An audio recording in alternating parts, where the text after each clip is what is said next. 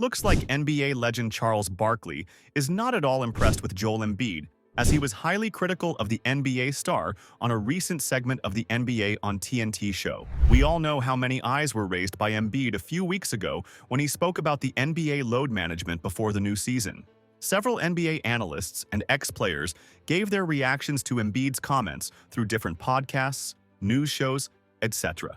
But one such reaction from NBA Hall of Famer Charles Barkley was certainly one to stir a fair bit of controversy in the basketball world. By saying he would not play back-to-back games this season, Embiid added more fire to the debate about today's players being soft.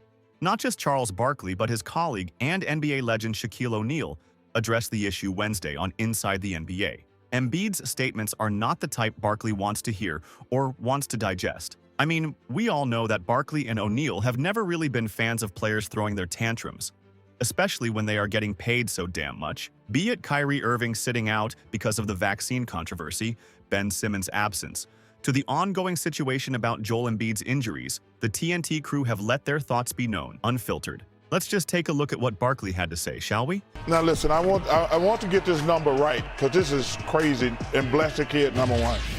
He just signed for 3 years, $193 million. 3 years, $193 million. To play basketball.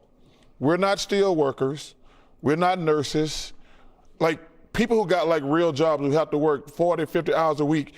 We're playing basketball at the most 4 days a week. Well, that point is taken. Barkley is not entirely wrong too now, is he? Shaq certainly had Chuck's back on this, as he supported his colleague's statements by saying, and not only that, it doesn't make sense. The league isn't that physical for him to say that.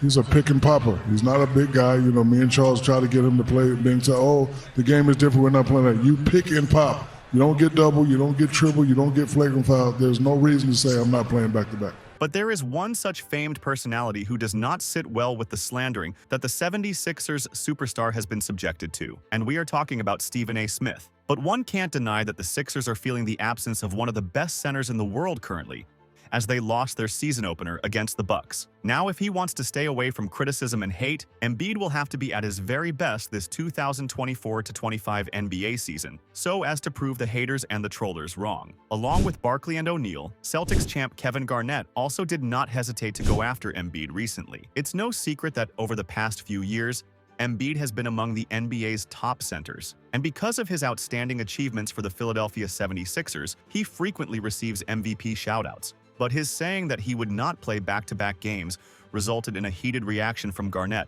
who pointed out yet again why the modern era of the NBA can't be compared to old-school basketball. Here's what Garnett had to say on the KG Certified podcast. 82 games, man. This is what the job calls for. You're not practicing. You're not even playing a whole You don't play in the summer? Right. I can see if you playing in the summer, you on the playground, you went to the Olympics, then it's training camp, y'all do 30 days of tour days. Okay, that's when you get rest. Man, I don't want to hear this shit, man. I don't want to hear none of this shit. Can sit out a back-to-backs? Bro, hey, listen, we done with that comparison of the era shit.